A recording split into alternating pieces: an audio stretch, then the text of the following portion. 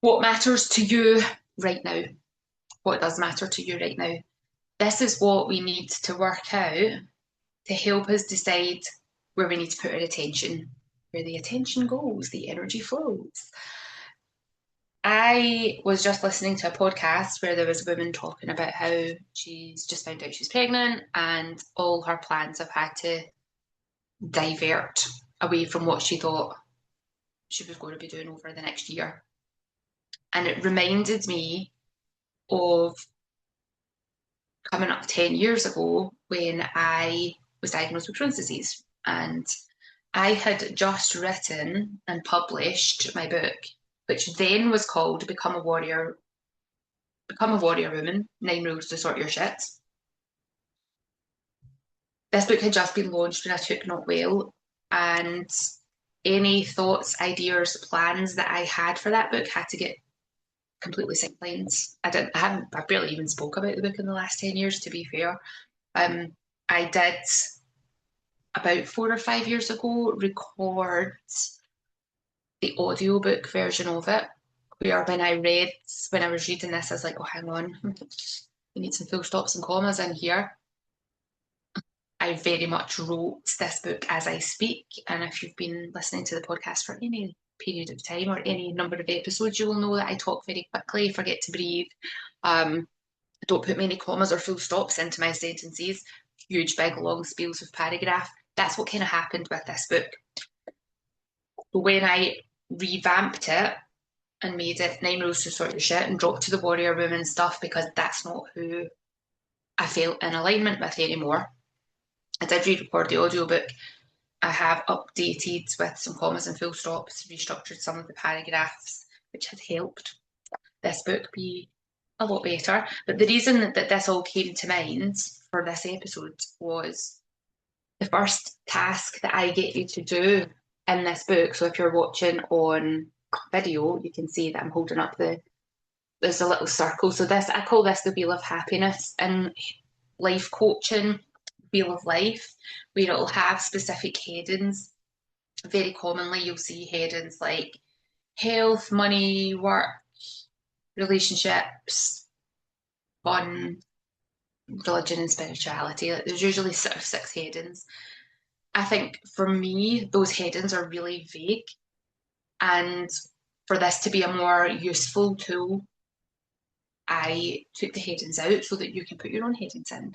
Things like relationship is so broad. Which relationships? Like my work relationships are different from my family relationships, are different from my friend relationships, which are different from my romantic relationships. Health. Well, what health? My physical health, my mental health, my spiritual and soul health. Like which part of my health are you be talking about? That's why I took those headings out so that you can put your own headings in there. And the purpose of this is for you to evaluate where you are right now.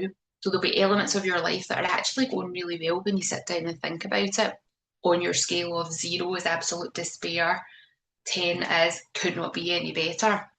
So straight away you get to go, actually, this, and this is going really well for me just now, and this, and this isn't maybe going so well for me. Which one of those things do I want to put my attention and my energy into? Where the attention goes, the energy flows.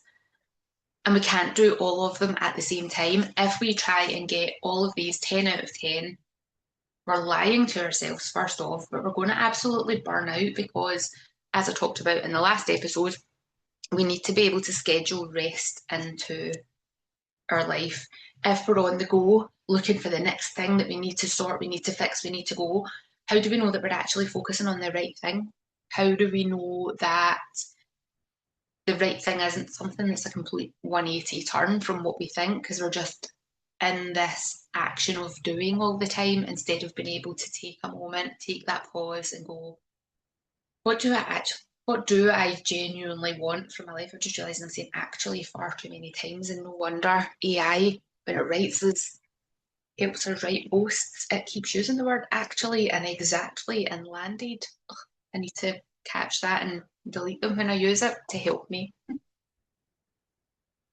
I digress. Being able to know where you are right now.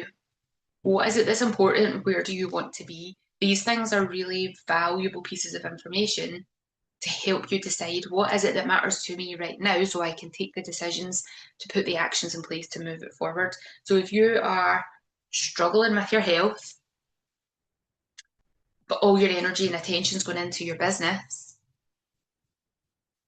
your health is going to continue to deteriorate.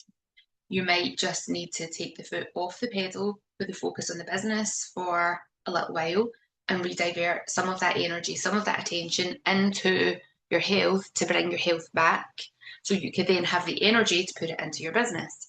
Maybe your relationship's falling apart and you need to make decisions about, do you sort that relationship? Do you fix that relationship?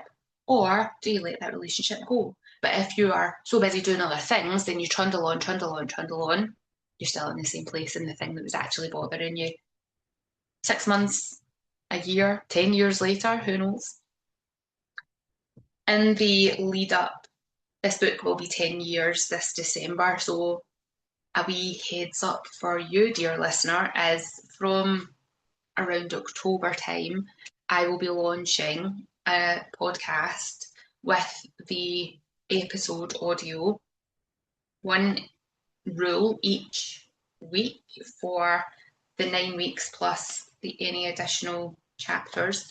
At the start and at the end, I give my current thoughts and updates on each of the rules, my current insight and learnings. So that's a wee bonus extra. If you don't want to wait for October, then you could go and order the book. The information is in the show notes. Or if you're an audio person, it is on all audio platforms. So you could just tune in and have a listen wherever you like to listen to your audiobooks. It's just if you don't have the patience or you're like, I need to sort my shit right now, the 9 rules that can help you. And interestingly, I am getting some therapy just now from my lovely friend Jean Fennick, friend of the show. She has been on a couple of times. And I'm working with Jean just now, and some of the stuff that we're working on, I'm thinking, I wrote a chapter about this in my book. Why am I in therapy for this? But it goes to show you can know the stuff, but putting things into action sometimes needs a little bit of external help, external support. Something and someone that will challenge your beliefs and have you go, I've never thought of it like that. Or now I'm saying it out loud to somebody, I hear the madness and what it is I'm saying. I get that quite a lot. It's just really important for us, for moving forward, that we know what it is that really matters. So can you take that pause, take that rest that I talked about in the last episode? Can you do a little, I'm going to say assessment, that's not really the word that I'm looking for. There's another word, but I'll use assessment just now, that you can say, this is working, this is not working. It nearly came to me, the words, doesn't matter. Like you're taking stock, and then what is it you want? Where is it you want to move forward to? What is important to you right in this moment that you need to put attention into? I would love to know what you need and want to put attention into. So at the time of recording this, my attention right now is in working with my therapist to help release some of the beliefs that I'm running in my head, the stories that I'm telling myself, so that I can let go of them, to let go of the insecurities that I am using to put blocks in my way to move forwards. And that's really useful to me right now. I could keep pushing and pushing and pushing with all the other things that are going on in my life. But until I'm able to move past this part and go, okay, I've got a better relationship with these thoughts, I can move through, I have more confidence in myself. And this was one of the things that came up in my therapy session. And Jean said, before you can have confidence, you need to have competence. I wrote this in my book. I wrote that very sentence. I'm like, I know this. I know this. Can't have confidence about something I've never done before. That's why, people go, oh, I've got imposter syndrome about stuff. No, you've just not built up the confidence yet. You don't get the confidence until you get the competence. I know it, I see it. I have just not recognised the pattern in myself, but now I have. So I'm working with somebody to help me get through it. And that's what matters to me right now. I would love to know what matters to you right now. So if you want to share that in the comments, or if you want to keep it private and send me a message, please do. I would love to know what it is that matters to you right now. Because we can't do anything about what we don't know. You don't know what you don't know. I'm going to leave that there right now. I hope this has been helpful. If you are thinking, if somebody comes into your mind when you are hearing this, please do share the episode with them. Helps with the algorithm and stuff. If you haven't already checked out Lived Health Conversations, which is a podcast that myself and my friend Emma Toms, the confident wellness coach. I don't know what her business name is. That's terrible. Emma and I have released a separate podcast together. You should be able to find it from this podcast because we've got it in as a collaboration. We've released 2 episodes as of now. I was going to say October. This is August 2026. We had our second episode out. Our first one is our own stories, sharing why we've come together and why we're doing this. The second one is our friend Chris Freer, who lives with MS. So if you know somebody who's impacted by MS, please do share that episode with them.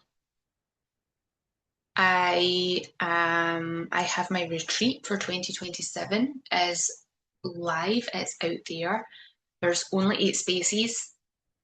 Who knows how many is going to be left because we've been posting about it on social media by the time you hear this. So please do check that out. I am jenwilson.com/retreat. All the information is there. We're in Oban again next year. We were there this year. Fantastic weekend. We were on the beach doing meditation with the drum. We were doing fascia pilates on the beach. We had a foraging walk through the salt marsh. We were forest bathing. We had sauna. We were in the sea. We did my foot workshop. We made our own smudge sticks. We ate delicious, amazing food that Vicky from the Little Forager's Kitchen made us. Lots of wild food. Amazing, amazing, amazing. Delicious cakes that she makes. Oh, the food was just fantastic. So if you want to check that out, we would love to see you in April next year. Make sure, I'm Jen Wilson, Healing Rebel. If I have not been introducing myself. Please make sure that you follow me on any of the socials that you're on. And I will see you on the next episode, but do let me know what is it that matters to you right now.